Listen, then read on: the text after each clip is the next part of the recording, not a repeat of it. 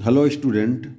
आगामी 16 फरवरी को होने वाले उत्तर प्रदेश बोर्ड परीक्षा हिंदी के प्रश्न पत्र को आज हम लोग हल करेंगे, जिसमें संपूर्ण पेपर को हल करने का पहला पार्ट आज हम लोग करेंगे, जिसमें ऑब्जेक्टिव क्वेश्चन होगा, गद्यांश होगा, पद्यांश होगा और संस्कृत के श्लोक होंगे। इसको हम लोग पूरी तरह से हल करते हैं। तो बच्चों, अब परीक्षा में अच्छा नंबर पाना है और मेहनत करने की ज़रूरत है। जो भी कोर्स बचा हुआ है उसको रिवीजन कीजिए और जो इम्पॉर्टेंट क्वेश्चन है उतना पढ़ेंगे, आप अच्छा नंबर पा सकते हैं। तो हमारे यूट्यूब चैनल पर आप लोग इसे देखिए और परीक्षा की पूर्ण रूप से तैयारी कीजिए। आने वाले परीक्षा में आपको अच्छा मार्क्स दिलाएगा। जितना मेहनत करेंगे, जितनी तैयारी करेंगे, उतना नंबर आपको मिलेगा। तो हम आपसे उम्मीद करते हैं कि आप लोग इस चैनल को सब्सक्राइब करेंगे, लाइक करेंगे और अधिक से अधिक इसमें लाइक और व्यू बढ़ाएंगे। तो आइए शुरू करते हैं। हिंदी प्रश्न पत्र केवल कक्षा 10 बोर्ड परीक्षा 2023 पूर्णांक 70 संपूर्ण पेपर हल सहित पार्ट 1। सबसे पहले ऑब्जेक्टिव से हम शुरू करते हैं। पहला क्वेश्चन है, द्विवेदी युग की काला अवधि है। द्विवेदी युग की काला अवधि है।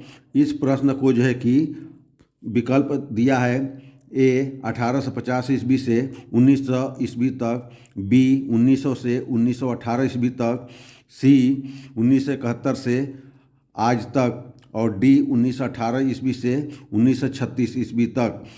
तो ये प्रश्न का उत्तर क्या होगा? तो इस प्रश्न का सही उत्तर होगा, इसके पहले वीडियो में आप लोग देखे होंगे तो आप लोग गेस कर लिए होंगे कि कौन सा विकल्प सही है। तो इस प्रश्न का हम बता देते हैं, सही उत्तर विकल्प बी सही है। विकल्प बी सही है, 1900 से 1918।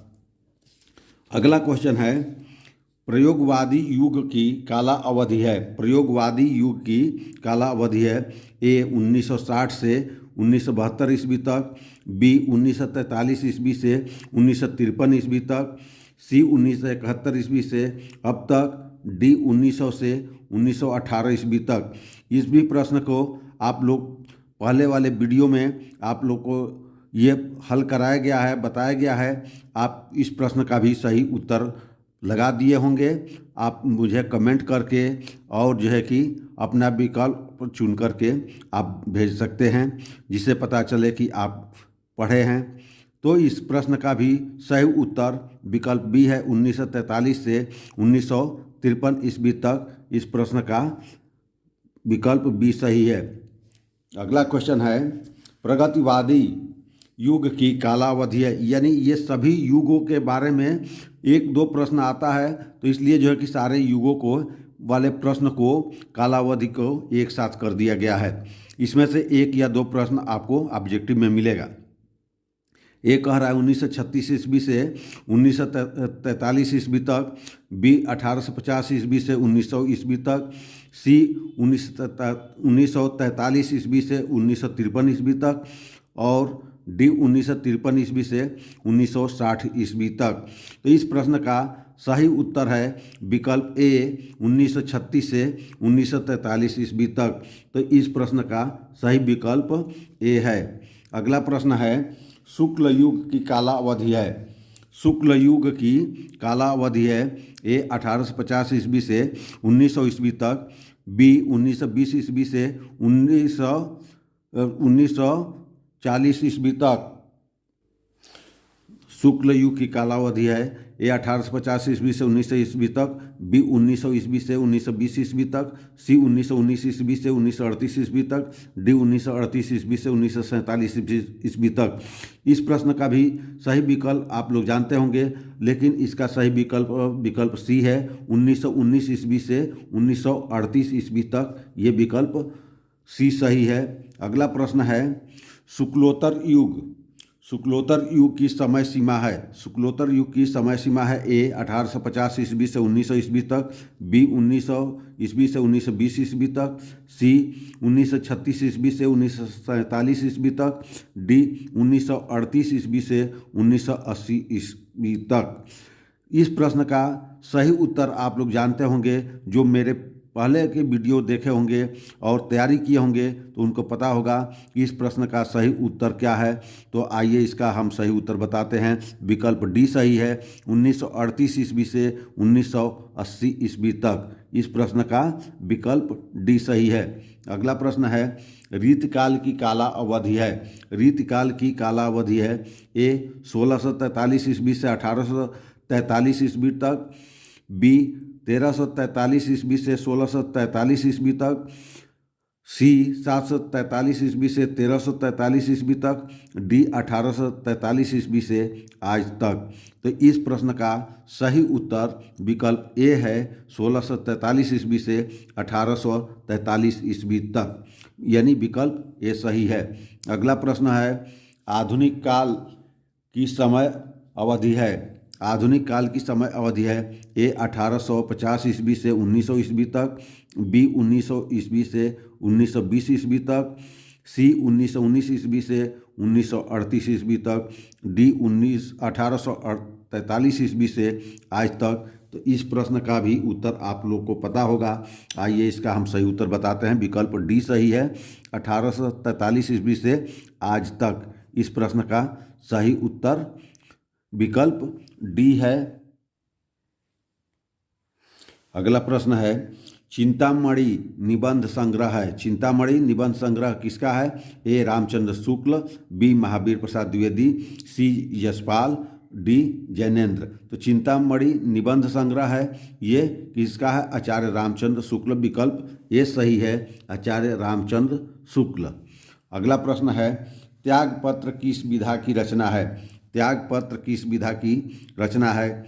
ए जीवनी, बी उपन्यास, सी नाटक, डी निबंध। ये भी प्रश्न काफ़ी बार आया है, आप लोग को पता होगा। तो इस प्रश्न का सही उत्तर विकल्प बी है, उपन्यास। बी है उपन्यास। अगला प्रश्न है, उपन्यास भूले बिसरे चित्र के लेखक है। भूले बिसरे चित्र के लेखक हैं। तो इसका जो है कि विकल्प ए दिया है, प्रेमचंद, बी भगवती चरण शर्मा, सी यशपाल, डी बृंदालाल वर्मा। इस प्रश्न का सही विकल्प है बी भगवती चरण शर्मा। भगवती चरण शर्मा। अगला प्रश्न है, ध्रुव स्वामिनी नाटक के लेखक हैं। ध्रुव स्वामिनी नाटक के लेखक हैं हरे कृष्ण प्रेमी, विष्णु प्रभाकर, सी जयशंकर प्रसाद, डी धर्मवीर भारती। डी धर्मवीर भारती। तो इस प्रश्न का सही उत्तर विकल्प सी है, जयशंकर प्रसाद।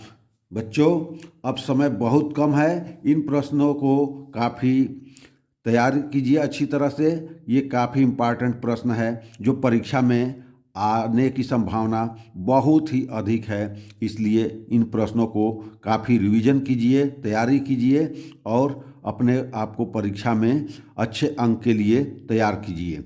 अगला प्रश्न है, तीसरा सप्तक कब प्रकाशित हुआ? तीसरा सप्तक यानी ये आप लोग सन जानते होंगे, तो आप लोग इसको सही कर लेंगे। इसको भी बताया गया है पहले वीडियो में, आपको पता होगा इसका आंसर। ए कह रहा है 1951, बी 1959, सी 1943, डी 1979। ये तृतीय सप्तक 1959 में प्रकाशित हुआ था। 1959 ईस्वी में प्रकाशित हुआ था। अगला क्वेश्चन है, छत्रसाल दशक के रचनाकार है। छत्रसाल दशक के रचनाकार हैं ए बिहारी, बी जगनिक, सी नरोत्तम दास, डी भूषण। तो इस प्रश्न का सही उत्तर विकल्प डी है, भूषण। भूषण। अगला है, ललित ललाम के रचयिता हैं। ललित ललाम के रचयिता हैं ए पद्माकर, बी मतिराम, सी भूषण, डी बिहारी। इस प्रश्न का सही उत्तर, ये काफ़ी महत्वपूर्ण प्रश्न है, इन प्रश्नों को तैयार कीजिए, परीक्षा में आए तो एकदम सही OMR शीट पर जो है कि इसका विकल्प को जो है कि काला कर दीजिए और आपको जो है कि नंबर पूरा का पूरा मिलेगा। इसलिए इसको जो है कि अच्छी तरह से तैयारी कीजिए, क्योंकि गलत करेंगे तो पूरा कट जाएगा और सही करेंगे तो पूरा का पूरा नंबर मिलेगा। अगला है, कलम के सिपाही के रचनाकार किसने किया है? रचना किसने किया है? ए अमृत राय, बी वृंदावन लाल वर्मा, सी प्रेमचंद, डी इनमें से कोई नहीं। कलम के सिपाही ये अमृत राय की रचना है। विकल्प ए सही है, अमृत राय। अगला है, गुलाब राय द्वारा रचित आत्मकथा कौन सी है? गुलाब राय द्वारा रचित आत्मकथा कौन सी है? ए मेरी जीवन प्रवाह, बी मन की बातें, सी मेरी असफलताएं और डी नई पौध। इस प्रश्न का सही उत्तर है मेरी असफलताएं। विकल्प सी सही है, मेरी असफलताएं। अगला प्रश्न है, रस मीमांसा के लेखक हैं। रस मीमांसा के लेखक हैं ए आचार्य रामचंद्र शुक्ल, बी गुलाब राय, सी भगवत शरण उपाध्याय, डी जयप्रकाश भारती। इस प्रश्न का सही उत्तर आचार्य रामचंद्र शुक्ल जी हैं। आचार्य रामचंद्र शुक्ल जी हैं। अगला प्रश्न है, रसिक प्रिया के रचनाकार हैं। रसिक प्रिया के रचनाकार हैं ए हजारी प्रसाद द्विवेदी, बी आचार्य केशवदास, सी आचार्य देव, डी भिखारी दास। तो इस प्रश्न का सही उत्तर है आचार्य केशवदास। विकल्प बी सही है। तो ये प्रश्न काफ़ी महत्वपूर्ण है, आप लोग इसे अच्छी तरह से रिवीजन करते रहिए, आपके लिए काफ़ी फायदेमंद होगा। स्टूडेंट इसमें कोई भी जो है कि समय की बर्बादी न कीजिए, समय का सदुपयोग कीजिए और क्वेश्चन को लगाते रहिए, प्रैक्टिस करते रहिए, जो आपके लिए फायदेमंद रहेगा। अगला प्रश्न है, निम्न में से रीतिकाल की मुख्य प्रवृत्तियाँ विशेषताएं कौन सी है? आप प्रवृत्तियाँ पूछे या विशेषताएं पूछे, दोनों एक ही है। इनके बारे में बताना है कि इनकी विशेषताएं क्या है। तो इसका विकल्प ए दिया है श्रृंगार रस की प्रधानता, बी काव्य में कला पक्ष की प्रधानता, सी कह रहा है ए तथा बी दोनों, और डी कह रहा है देश प्रेम की भावना। तो रीतिकाल में किस रस की प्रधानता थी? तो श्रृंगार रस की प्रधानता थी, और काव्य में कला पक्ष की प्रधानता थी। यानी ए व बी विकल्प दोनों सही है, अर्थात विकल्प सी सही है। विकल्प सी सही है, ए तथा बी दोनों सही है। अगला प्रश्न है, निम्न में से आधुनिक काल की विशेषताएं कौन सी है? निम्न में से आधुनिक काल की विशेषताएं कौन सी है? ए जीवन की यथार्थ की प्रधानता, बी बौद्धिकता की प्रधानता, सी ए तथा बी दोनों, और डी मैथिली शरण गुप्त। तो स्टूडेंट यहाँ पर आप लोग ध्यान देंगे, जिन प्रश्नों में ए तथा बी दोनों होगा तो वहाँ पर आप लोग आंख बंद करके ए तथा बी दोनों वाला टिक कर देंगे, गोला काला कर देंगे, तो ये प्रश्न आपका सही होगा। तो इसलिए इस तरह के प्रश्न होंगे जहाँ ए व बी दोनों सही है, तो वहाँ पर जिस भी विकल्प में दिया होगा उस विकल्प को आप जो है कि OMR पर भर दीजिए, काला कर दीजिए। तो इस प्रश्न का सही उत्तर है विकल्प सी, ए तथा बी दोनों है। अगला प्रश्न है, निम्न में से प्रयोगवाद की दो प्रमुख विशेषताएं कौन सी है? ए घोर व्यक्तिकता, बी यथार्थवादी दृष्टिकोण, सी ए व बी दोनों, डी नारी के प्रति परिवर्तित दृष्टिकोण। तो इस प्रश्न का भी सही विकल्प है ए व बी दोनों। इस प्रश्न का विकल्प सी सही है, ए व बी दोनों। अगला प्रश्न है, प्रगतिवादी युग की दो प्रवृत्तियाँ या विशेषताएं है। ए सौंदर्य भावना, बी मानवतावादी प्रकृति, सी विद्रोह एवं क्रांति की भावना, डी बी तथा सी, यानी मानवतावादी प्रवृत्ति और विद्रोह एवं क्रांति की भावना। ये विकल्प डी सही है, बी व सी दोनों सही है। अगला प्रश्न है, अगला प्रश्न है, निम्न में से छायावाद की दो प्रवृत्तियां या विशेषताएं कौन सी है? ए मुक्तक प्रकृति चित्रण, बी श्रृंगार और प्रेम वेदना, सी प्रकृति का मानवीकरण, डी बी व सी। तो इस प्रश्न का भी जहाँ पर बी व सी व ए व बी रहेगा वहाँ पर जिस विकल्प में रहेगा वो विकल्प सही हो जाएगा। तो इस प्रश्न का सही उत्तर है विकल्प बी व सी। अगला प्रश्न है, नई कविता की प्रमुख विशेषताएं कौन सी है? नई कविता की प्रमुख विशेषताएं कौन सी है? ए बौद्धिकता की प्रधानता, बी अति यथार्थ दृष्टिकोण, सी छंद योजना में नवीनता, डी सामाजिक असमानता। तो नई कविता की प्रमुख विशेषताएं कौन सी है? बौद्धिकता की प्रधानता है। तो इस प्रश्न का विकल्प ए सही है, बौद्धिकता की प्रधानता। अगला प्रश्न है, छंद योजना में नवीनता नहीं, भारत भारती किसकी रचना है? भारत भारती किसकी रचना है? ए सियाराम शरण गुप्त, बी मैथिली शरण गुप्त, सी जयशंकर प्रसाद, डी महादेवी वर्मा। इस प्रश्न का सही उत्तर है मैथिली शरण गुप्त, विकल्प बी मैथिली शरण गुप्त। तो यह स्टूडेंट 25 महत्वपूर्ण बहुविकल्पीय प्रश्न है जो आपके परीक्षा के लिए काफ़ी उपयोगी है। आप इसे बार बार रिवीजन कीजिए, प्रैक्टिस कीजिए और इससे जो है कि तैयार कर लीजिए। आपका परीक्षा में जो आएगा आपको पूरा का पूरा नंबर दिलाएगा। तो आइए अब शुरू करते हैं गद्यांश का भाग। अब हम लोग गद्यांश के बारे में देखते हैं कि गद्यांश क्या है। तो पहला गद्यांश हम लोग देखते हैं, हे भगवान तब के लिए इतना आयोजन, परम पिता की इच्छा के विरुद्ध इतना साहस, पिताजी क्या भीख न मिलेगी? क्या कोई हिंदू भूपृष्ठ पर न बचा रह जाएगा? जो ब्राह्मण को 2 मुट्ठी अन्न दे सके, यह असंभव है। फेर दीजिए पिताजी, मैं काँप रही हूँ, इसकी चमक आँखों को अंधा बना रही है। ये जो है कि आपका ये गद्यांश दिया गया है। इस गद्यांश का जो है कि आपको हल करना है। तो गद्यांश में 3 प्रश्न पूछे गए हैं।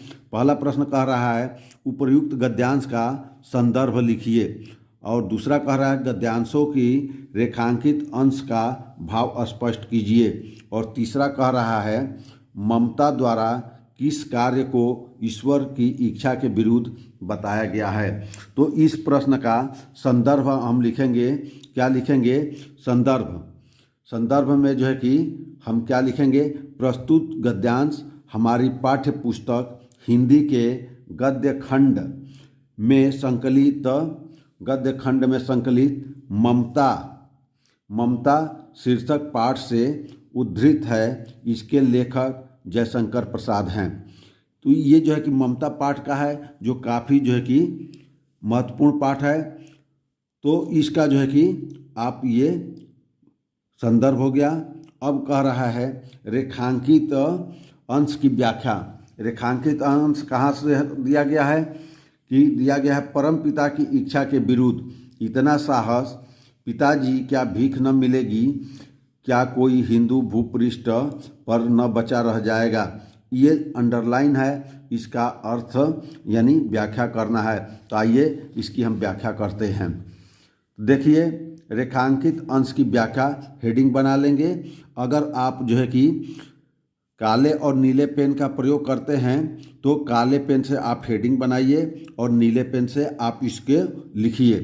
तो ये इसके बारे में रेखांकित अंश की व्याख्या कर रहे हैं।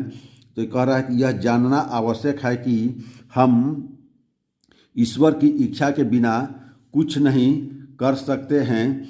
यदि हमारे भाग्य में मुसीबत लिखी है तो हम उसे स्वर्ण आभूषणों के संचय से नहीं टाल सकते हैं। ये कौन कह रही है? ममता अपने पिताजी से कह रही है।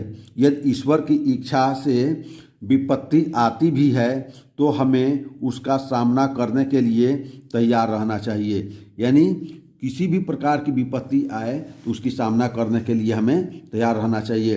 पिताजी मंत्री तो न रहने पर क्या हमें भीख भी नहीं मिलेगी? यानी उसके पिताजी नौकरी करते हैं, राजा के यहाँ मंत्री हैं और उनको जो है कि काफ़ी जो है कि ये जो है कि भ्रष्टाचार के रूप में कुछ मिलता है स्वर्ण आभूषणों से। अब कह रहा है कि पिताजी मंत्री तो न रहने पर क्या हमें भीख भी नहीं मिलेगी जिससे हम अपना पेट भर सकेंगे। इस रिश्वत से कहीं अच्छा भीख मांगना होता। ममता आगे कहती है कि क्या इस पृथ्वी पर उस समय कोई हिंदू न शेष रहेगा। तो ये जो है कि आपका जो है कि अंडरलाइन का व्याख्या हो गया। अब तीसरा प्रश्न कह रहा है यहाँ पर ममता द्वारा किस कार्य को ईश्वर की इच्छा के विरुद्ध बताया गया है। तो इस प्रश्न का भी उत्तर देखते हैं। तो क्या कह रहा है, प्रश्न संख्या 3 डाल लेंगे और काले पेन से और इसके बारे में लिखेंगे कि चूड़ामणि ने ममता के लिए रिश्वत के रूप में शेरशाह से 10 थाल सोना प्राप्त किया। अपने पिता का यही कार्य ममता को परम पिता की इच्छा के विरुद्ध लगा, क्योंकि ममता का यह विश्वास था कि जो कुछ भी सृष्टि में घटित होता है वह ईश्वर की इच्छा से होता है। तो ममता जो है कि क्या कह रही है, द्वारा ईश्वर के इच्छा के विरुद्ध ये कार्य अपने पिताजी का द्वारा किया गया कार्य को वो जो है कि ईश्वर के इच्छा के विरुद्ध बताती है। तो ये गद्यांश काफ़ी महत्वपूर्ण है। तो स्टूडेंट इस गद्यांश को पढ़ डालिए और इसके जो है कि संदर्भ और व्याख्या जो भी दिया गया है तो उसको आप लोग रिवीजन कर लीजिए, परीक्षा की दृष्टि से काफ़ी महत्वपूर्ण है। दूसरा गद्यांश देखते हैं। कुसंग का ज्वर सबसे भयानक होता है, यह केवल नीति और सद्वृत्ति की ही नाश नहीं करता बल्कि बुद्धि का भी क्षय करता है। किसी युवा पुरुष की संगत यदि बुरी होगी तो वह उसके पैरों में बंधी चक्की के समान होगी, जो उसे निरंतर दिन पर दिन अवनत के गड्ढे में गिराती जाएगी, और यदि अच्छी होगी तो सहारा देने वाली बाहु के समान होगी, जो उसे निरंतर उन्नत की ओर उठाती जाएगी। अब इस प्रश्न में भी जो है कि प्रश्न क्या क्या पूछा है आइए देखते हैं। पहला कह रहा है उपर्युक्त गद्यांश का संदर्भ लिखिए। दूसरा कह रहा है गद्यांश के रेखांकित अंश की व्याख्या कीजिए। और तीसरे में 3 प्रश्न दिया है। एक कह रहा है कुसंग का प्रभाव व्यक्ति के जीवन पर किस प्रकार पड़ता है, और बी इसका कह रहा है कुसंग और अच्छी संगत में क्या अंतर है, और सी कह रहा है कुसंग का ज्वर सबसे भयानक क्यों होता है। तो इन प्रश्नों को हम लोग जो है कि अब क्या करेंगे, इसके जो है कि हम व्याख्या करते हैं। पहले संदर्भ सहित लिखेंगे। तो आइए इसका संदर्भ देखते हैं कि प्रस्तुत गद्यांश हमारी पाठ्य पुस्तक हिंदी के गद्य खंड में संकलित मित्रता शीर्षक नामक पाठ से लिया गया है। इसके लेखक आचार्य रामचंद्र शुक्ल हैं। ये जो है कि क्या हो गया, संदर्भ हो गया। इसको काले पेन से जो है कि हेडिंग बनाएंगे संदर्भ, और नीले पेन से आप इसे लिख डालेंगे। और उसके बाद से अब आते हैं रेखांकित अंश के व्याख्या। रेखांकित अंश क्या है उसकी व्याख्या करना है। तो आइए देखते हैं कि रेखांकित अंश देखिए इसमें दिया है। कहाँ से दिया है, किसी युवा पुरुष की संगत यदि बुरी होगी तो वह उसके पैरों में बंधी चक्की के समान होगी, जो उसे निरंतर दिन पर दिन अवनत के गड्ढे में गिराती जाएगी। इसकी जो है कि व्याख्या करना है। तो आइए इसका हम व्याख्या करते हैं। तो देखिए हेडिंग बना लेंगे रेखांकित अंश की व्याख्या, और इसको काले पेन से लिख देंगे। और इसके बारे में अब क्या लिखना है व्याख्या में, कि बुरी संगत भयानक रोग सदृश है। यह अच्छे गुणों को विनाश करने के साथ बुद्धि को भी नष्ट कर देती है। यदि किसी युवक की संगत बुरी हो गई तो वह पत्थर की चक्की की भांति उसके पैरों में बंध जाती है। वह गतिहीन हो जाता है, उसकी बुद्धि नष्ट हो जाती है, वह दिन प्रतिदिन विनाश के गर्त में गिरता चला जाता है, किंतु यदि अच्छी संगति मिल जाए तो बुरी संगत में पड़ा व्यक्ति गर्त से निकलकर सारी बुराइयों से मुक्त होकर प्रगति के पथ पर चलने लगता है। कहाँ चलने लगता है? तो ये कह रहा है कि मित्रता पाठ का है कि अगर किसी की बुरी संगत होगी तो उसका दिन प्रतिदिन अवनत होगा और उसकी बुद्धि का विनाश हो जाएगा। उसी के उल्टा अगर अच्छी संगत मिल जाएगी तो उसके संगति से बुरे जो है कि कर्म से निकल कर के मुक्त होकर के अच्छे प्रगति के पथ पर वो चलने लगता है, जिससे कि उसका तरक्की और विकास होने लगता है। तो इस तरह से 2 गद्यांश का हमने संदर्भ सहित व्याख्या किया। अब इसके अगले प्रश्न को हम देखते हैं। अगला प्रश्न कह रहा है, कुसंग का प्रभाव व्यक्ति के जीवन पर किस प्रकार प्रभाव पड़ता है? तीसरा का फर्स्ट जो है कि हम क्या कर लेंगे, ये काले पेन से जो है कि हेडिंग बना लेंगे, थर्ड ए और डाल देंगे। तो क्या लिखेंगे? कुसंग का प्रभाव विनाशकारी होता है। कुसंग का प्रभाव क्या होता है? विनाशकारी होता है। दुष्टों की संगत में पड़ा व्यक्ति अपनी बुद्धि आचरण से क्षीण होता है। अच्छे बुरे उचित अनुचित की समझ को खो देते हैं। धीरे धीरे पतन के अंधकार भरे गर्त में गिरकर नष्ट हो जाता है। ये ए का आंसर हो गया। बी कह रहा है, कुसंग और अच्छी संगत में क्या अंतर है? अब इसका उत्तर देखिए। बी में, कुसंग पैरों में बंधी चक्की के समान, किंतु अच्छी संगति सहारा देने वाली बाहुक समान होती है। बाहुक मतलब भुजा के समान होती है।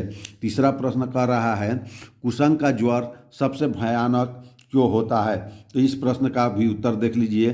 कुसंग का ज्वर केवल नीति एवं सद्वृत्ति का ही नाश नहीं करता बल्कि बुद्धि का भी विनाश करता है। इसीलिए कुसंग के ज्वर को भयानक कहा गया है। तो इस तरह से ये दोनों गद्यांश का में पूछे गए प्रश्नों का आपको जो है कि सही ढंग से हल कर दिया गया। अगर आप ऐसे परीक्षा में लिखते हैं तो आपका नंबर नहीं कटेगा, और आप थोड़ा अपनी राइटिंग बनाइए और इस तरह से लिख करके आइए, आपको पूरा का पूरा नंबर मिलेगा। जितना आप सोच सकते हैं उतना नंबर आपको अवश्य मिलेगा। मेहनत आपके ऊपर है, या आप कितना लिखते हैं, कितना सही करते हैं। आपको सही आपको उत्तर दिया जा रहा है। आप इस तरह से लिख करके आएंगे तो परीक्षक कोई भी नंबर काटने की स्थिति में नहीं रह जाता है और वो अधिक से अधिक अंक प्रदान कर देता है। तो इस तरह से आप तैयारी कीजिए और आपके ऊपर निर्भर करता है। अब अगला है महत्वपूर्ण पद्यांश। इस पद्यांश को देखते हैं कि यह पद्यांश क्या है। तो पद्यांश को पढ़ते हैं।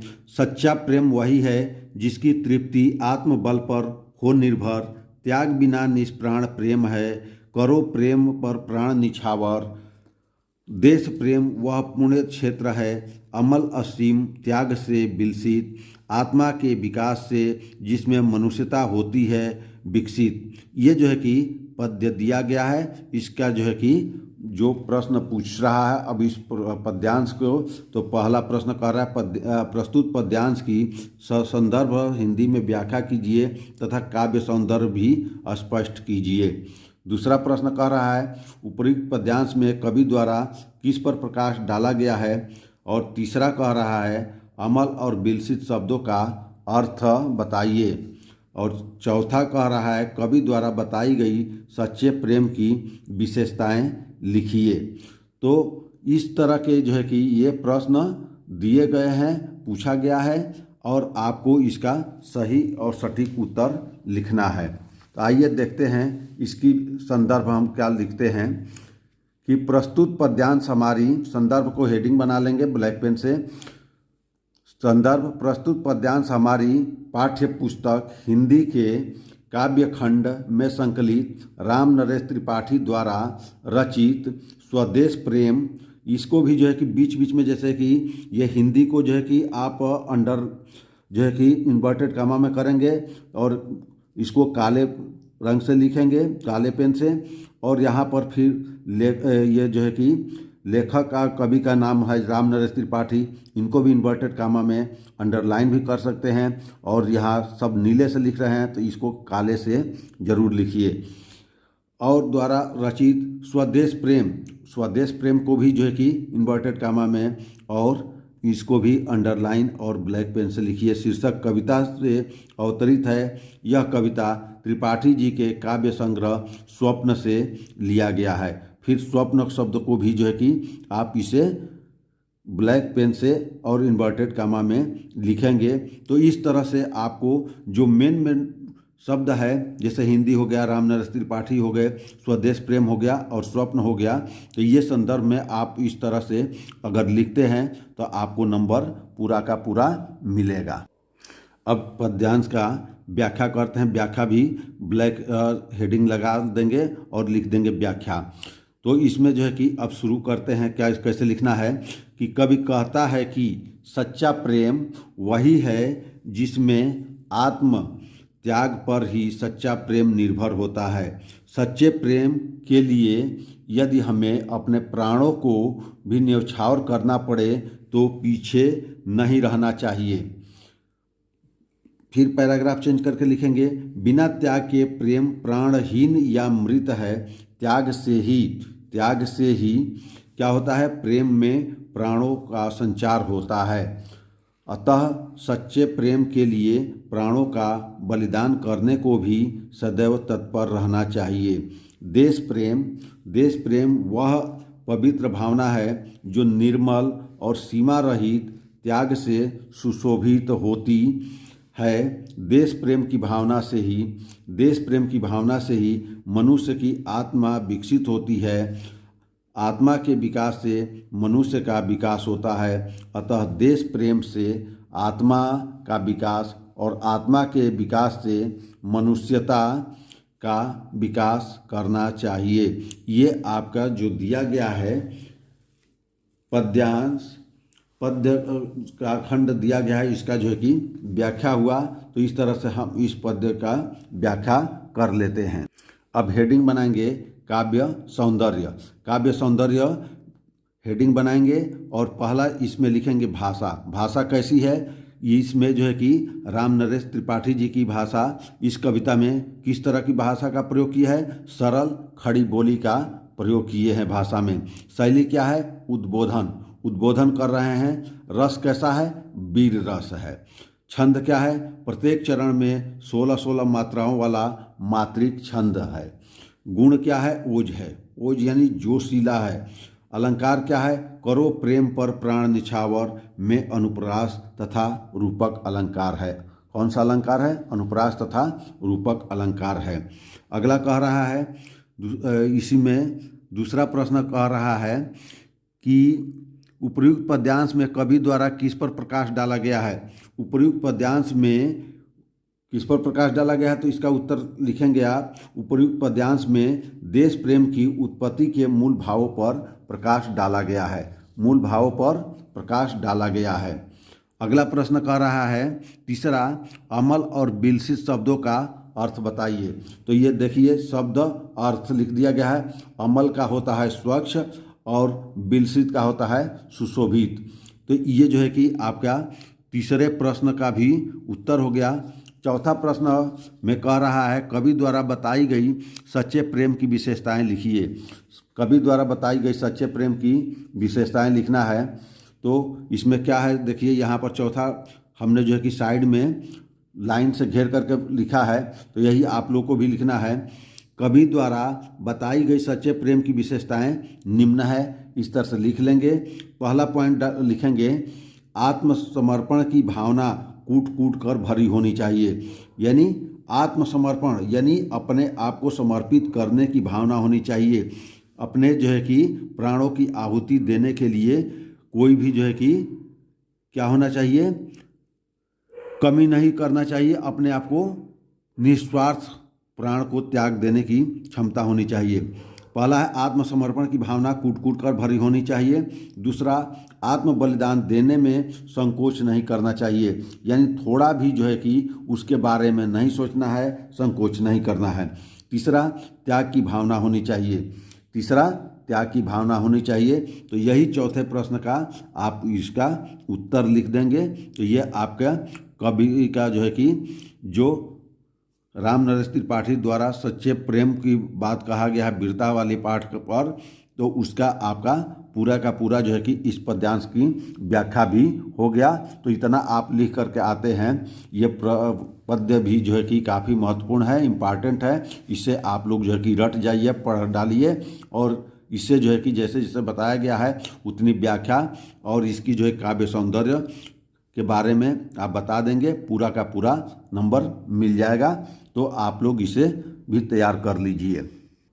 दूसरा पद्य है, सुनि सुंदर वैन सुधारस साने सयानी, है जानकी जान भली, तिरछे करी नैन दय सैन तिन्हे समुझाई, कछु मुस्काई चली, तुलसी ते ही अवसर सो है सभय, अवलोकित लोचन लाहु अली, अनुराग तड़ाग में भानु उदय, बिगसी मनो मंजुल कंज कली।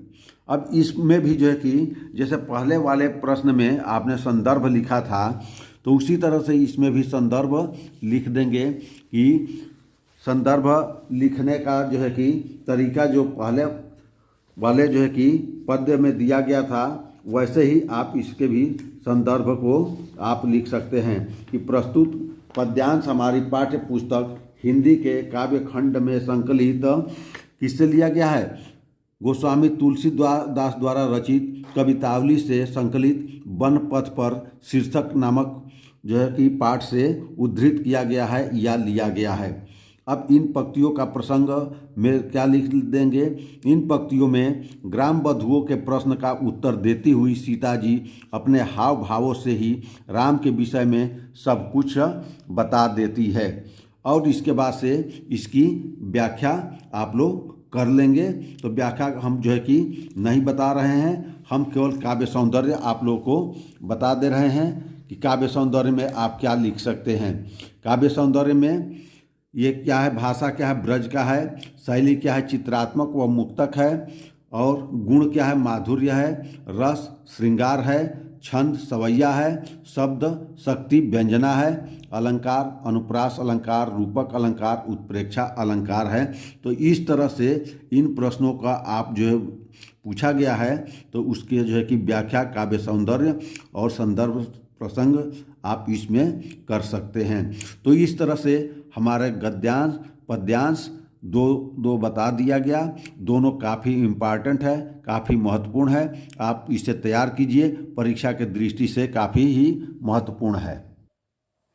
अगला टॉपिक है संस्कृत गद्यांश। संस्कृत गद्यांश भी काफ़ी महत्वपूर्ण है। यहाँ से भी जो है कि आपको अच्छे मार्क्स मिल जाते हैं, और जो पाठ है उस पाठ के बारे में हम बता रहे हैं।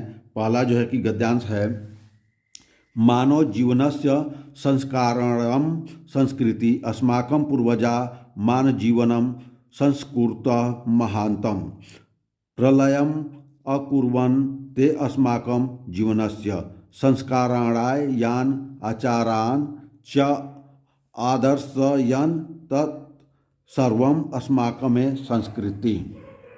यानी इस जो है कि ये पद्यांश जो दिया गया है, ये गद्यांश जो दिया गया है, तो इसका संदर्भ लिखेंगे तो हम क्या लिखेंगे? प्रस्तुत गद्यांश हिंदी के संस्कृत खंड काव्य के भारतीय संस्कृति नामक पाठ से उद्धृत किया गया है। इसका जो है कि हम संदर्भ सहित व्याख्या कर देंगे। तो इसमें जो है कि हमने जो है कि लिखा है, आप संदर्भ लिखेंगे, प्रस्तुत गद्यांश हमारी पाठ्य पुस्तक के हिंदी के संस्कृत खंड के भारतीय संस्कृति नामक पाठ से उद्धृत किया गया है। ये पूरा आप लोग लिखेंगे। हमने जो है कि ये शार्ट में लिख दिया है, और इसे आप पूरा कंप्लीट कीजिएगा। प्रसंग में इसमें क्या लिखेंगे? इसमें भारतीय संस्कृति के स्वरूप और महत्व पर प्रकाश डाला गया है। भारतीय संस्कृति के जो है कि स्वरूप और महत्व पर प्रकाश डाला गया। अनुवाद जो ये दिया गया, मानव जीवनस्य संस्कारणम संस्कृति, तो इसका अनुवाद क्या होगा? अनुवाद हम देखते हैं। इसमें मानव जीवन को संवारना संस्कृति है। मानव जीवन को संवारना क्या है? संस्कृति है। हमारे पूर्वजों ने मानव जीवन को शुद्ध करने के लिए महान प्रयत्न किए हैं। क्या किए हैं? महान प्रयत्न किए हैं।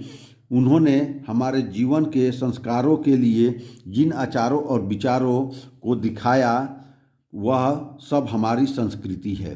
ये जो है कि भारतीय संस्कृति नामक पाठ से जो है कि ये एक गद्यांश है, इसको आप कंप्लीट करेंगे।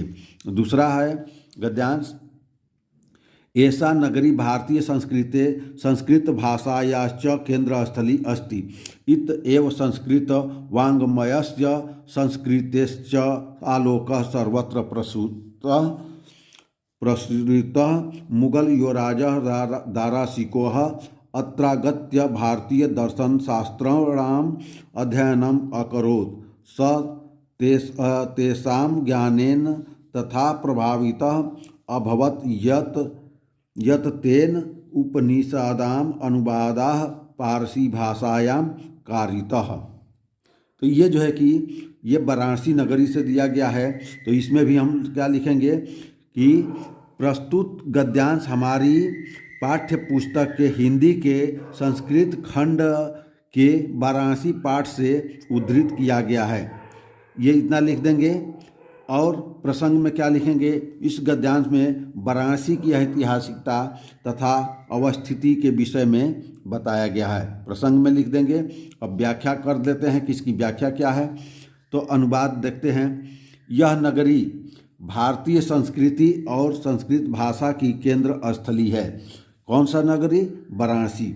यहीं से संस्कृत और साहित्य और संस्कृति का प्रकाश भारत सभी जगह फैला है। मुगल युवराज दाराशिकों ने यहाँ आकर भारतीय दर्शन शास्त्रों का अध्ययन किया था। वह उनके ज्ञान से इतना प्रभावित हुआ था कि उसने उपनिषदों का अनुवाद फारसी भाषा में कराया। तो इस तरह से ये दोनों गद्यांश काफ़ी महत्वपूर्ण है और इसको जो है कि आप लोग तैयार कीजिए। इसमें से कोई ना कोई आपको परीक्षा में अवश्य मिल जाएगा और आपका इस तरह से गद्यांश तैयार रहेगा तो आपका प्रश्न छूटेगा नहीं और आप अधिक से अधिक नंबर लाने की दौड़ में शामिल रहेंगे। इस तरह से स्टूडेंट आप लोग इससे अधिक से अधिक देखिए और अधिक से अधिक जो है कि पढ़िए और समझिए और जहाँ पर कोई दिक्कत हो उसे कमेंट कीजिए और आप उससे जो है कि अपनी बात को, समस्या को आप जो है कि हमसे शेयर कर सकते हैं। आइए अब देखते हैं संस्कृत पद्यांश। अब पद्यांश में क्या जो दिया गया श्लोक है उसके बारे में लिखना है। तो कह रहा है, पहला संस्कृत का पद्यांश कह रहा है, सर्वे भवन्तु सुखिनः सर्वे सन्तु निरामया सर्वे भद्राणि पश्यन्तु मा कश्चित् दुख भाग भवेत्।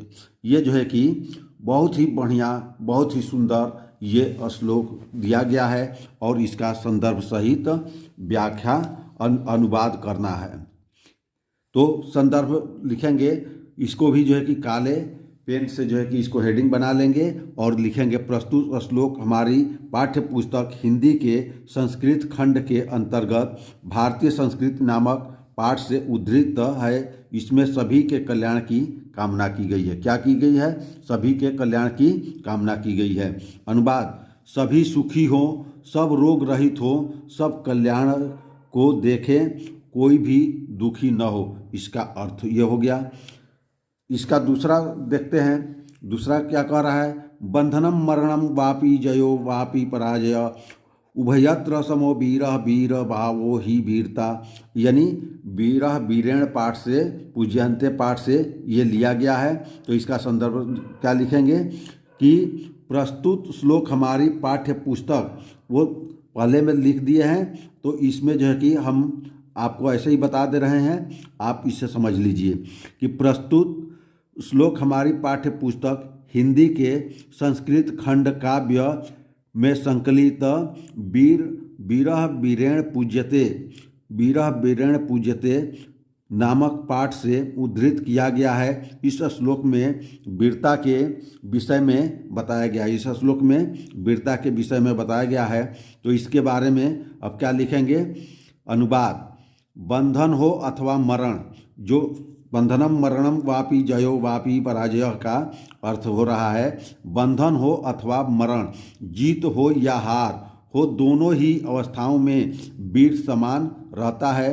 वीर को ही वीरता कहते हैं, वीर को ही क्या कहते हैं, वीरता कहते हैं। तो इस तरह से ये श्लोक आपके लिए काफ़ी महत्वपूर्ण है। इन श्लोकों के साथ साथ अन्य 2 श्लोक और भी हम बता रहे हैं जो परीक्षा की दृष्टि से काफ़ी महत्वपूर्ण है। तीसरा श्लोक है मानम हित्वा प्रियो भवति क्रोधम हित्वा न शोचयति कामम हित्वा वर्धनान भवति लोभम हित्वा न भवेत। इसका संदर्भ लिखेंगे, क्या लिखेंगे, प्रस्तुत श्लोक हमारी पाठ्य पुस्तक हिंदी के संस्कृत खंड के अंतर्गत जीवन सूत्राणी नामक पाठ से लिया गया है। किससे लिया गया है, जीवन सूत्राणी। इसको भी हम जो है कि काले पेन से लिखेंगे, हिंदी को भी काले पेन से लिखेंगे, बाकी सब नीले पेन से लिखेंगे। अनुवाद, मनुष्य कोष्ठ में, मनुष्य अभिमान को छोड़ना प्रिय होता है और क्रोध को छोड़कर शोक नहीं करता, कामना को छोड़कर धनवान होता है और लोभ को छोड़कर सुखी होता है। तो ये जो है कि 2 लाइन का जो श्लोक है काफ़ी महत्वपूर्ण है। इसका जो है कि आप इस तरह से व्याख्या कर सकते हैं। अगला श्लोक है मरणम मंगलम यत्र विभूतिश्च विभूषणम कौपीनम यत्र कौशेयम सा काशी के नमीयते। अब इसका संदर्भ लिखेंगे कि प्रस्तुत श्लोक हमारी पाठ्य पुस्तक हिंदी के संस्कृत खंड के अंतर्गत वाराणसी नामक पाठ से लिया गया है। इसमें वाराणसी की पवित्र ख्याति का वर्णन है। अब इसका जो है कि अनुवाद हेडिंग बनाएंगे और लिखेंगे जहाँ मरना भी कल्याणकारी है, जहाँ भस्म भी आभूषण है, जहाँ कौपीन भी रेशमी है, उस काशी को किससे मापा जा सकता है, उस काशी को किससे मापा जा सकता है। तो ये जो है कि 4 संस्कृत के श्लोक हो गए जो काफ़ी महत्वपूर्ण है परीक्षा की दृष्टि से। और परीक्षा में एक प्रश्न अगला प्रश्न आता है श्लोक लिखने के लिए कि अपनी पाठ्य पुस्तक से कंठस्थ किया हुआ कोई श्लोक लिखिए जो इस प्रश्न पत्र में न आया हो। तो आप जो है कि कोई भी श्लोक लिखेंगे जो पेपर में आया है वो आपको नहीं लिखना है। तो इसलिए जो है कि आप 2 या 3 श्लोक अगर याद कर लेते हैं तो कोई भी श्लोक जो है कि जो पेपर में आया है उसको छोड़ करके आप लिख सकते हैं। अगला प्रश्न है कि संस्कृत के प्रश्नों का उत्तर देना, कि संस्कृत के प्रश्नों को हम कैसे उत्तर देंगे। तो प्रश्न पूछ रहा है, पहला कह रहा है वाराणसी कस्या नद्या कूले स्थिता। तो इसका उत्तर लिखेंगे वाराणसी गंगाया कूले स्थिता।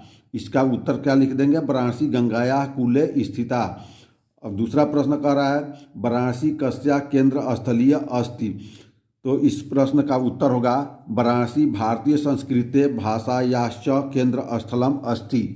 क्या है, भाषा और जो है कि संस्कृत का केंद्र स्थल है। वीरः केन पूज्यते, वीरः केन पूज्यते, वीरः वीरेण पूज्यते। इसका उत्तर होगा वीरः वीरेण पूज्यते। अगला है पुरु राजः कः आसीत्, पुरु राजः एकः भारत वीरः आसीत्। क्या थे, पुरु राजः एकः वीरः भारत वीरः आसीत्। अगला कह रहा है 5वां चंद्रशेखरः कः आसीत्, चंद्रशेखरः एकः प्रसिद्ध क्रांतिकारी देशभक्तश्च आसीत्। यानी चंद्रशेखर आज़ाद देश के एक प्रसिद्ध क्रांतिकारी थे। तो इस तरह से ये 5 प्रश्न संस्कृत के काफ़ी महत्वपूर्ण है, इम्पॉर्टेंट है। इन प्रश्नों को आपको हल करना होगा और इससे आपको 4 प्रश्न हल करने होते हैं। तो ये 4 नंबर आपको यहाँ से पक्का हो जाएगा। तो आप इस तरह से प्रश्नों को तैयार कीजिए, आपका जो है कि नंबर अच्छा आएगा। तो अब जो है कि इस वीडियो में पार्ट 1 में हमने जो है कि ऑब्जेक्टिव, उसके बाद से जो है गद्यांश, पद्यांश और संस्कृत के गद्यांश, पद्यांश, श्लोक और संस्कृत के अनुवाद इतना कवर किया। और सेकंड पार्ट में इसके बाद क्या बताया जाएगा आप लोगों को, लेखक का और कवि का जीवन परिचय होगा, लेखक और कवि दोनों का जीवन परिचय होगा, निबंध होगा और खंड काव्य के बारे में बताया जाएगा। तो ये जो है कि 4 टॉपिक जो छूट गए हैं इसके बारे में अगले जो है कि पार्ट में बताया जाएगा। तो स्टूडेंट इन प्रश्नों को आप जितना अधिक से अधिक तैयारी करेंगे आपको उतना ही अच्छा नंबर आएगा। तो उम्मीद करते हैं स्टूडेंट ये वीडियो आपको अच्छा लगे और आप इसे लाइक कीजिए, सब्सक्राइब कीजिए, शेयर कीजिए, कमेंट कीजिए। जो दिक्कत समस्या हो वो उसको आप कमेंट के माध्यम से आप जो है कि पूछ सकते हैं। आपके कमेंट का जो है कि जवाब दिया जाएगा। अगर आप हमारे चैनल पर नए हैं तो इसे सब्सक्राइब कीजिए और शेयर कीजिए और इसे अधिक से अधिक जो है कि व्यू कीजिए और लाइक बढ़ाइए। ये जो है कि आपके बोर्ड परीक्षा की दृष्टि से काफ़ी महत्वपूर्ण है। धन्यवाद बच्चों।